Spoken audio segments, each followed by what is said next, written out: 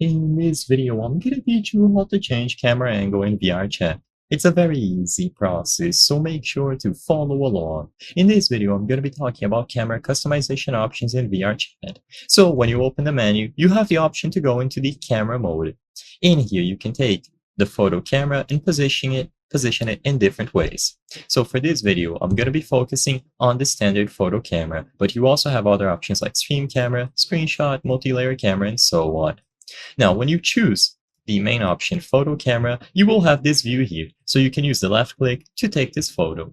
Now, there are a lot of customization options. Primarily, if you hold down the scroll button on your mouse, as you can see, you can actually walk around with this camera. So you can even see yourself in third person, and you can fully fly with this camera. So as you can see, I can just take a very far away picture like this. Make sure that you are holding down the right click, and as you can see, I can move as long as I position my camera there. So it's a very fun mode to explore, and in order to change the angle, all that you have to do is press and hold the scroll button. So this allows you to change the camera. Of course, you can zoom in, you can reset the position, change and flip the sides, and do a lot more with this. It is a very fun way to take pictures, and you can enable or disable some behaviors here.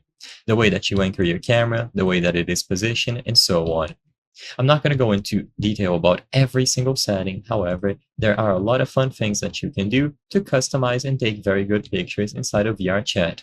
So as you can see, you can change a lot of things like the actual focus, you can anchor the camera in specific positions, change the behavior where rotating the camera is very smooth, and this allows you to take some very cool pictures. I hope I was able to help you on how to change camera angle in VRChat. If this video helped you, please be sure to leave a like and subscribe for more very easy tips. Thank you for watching.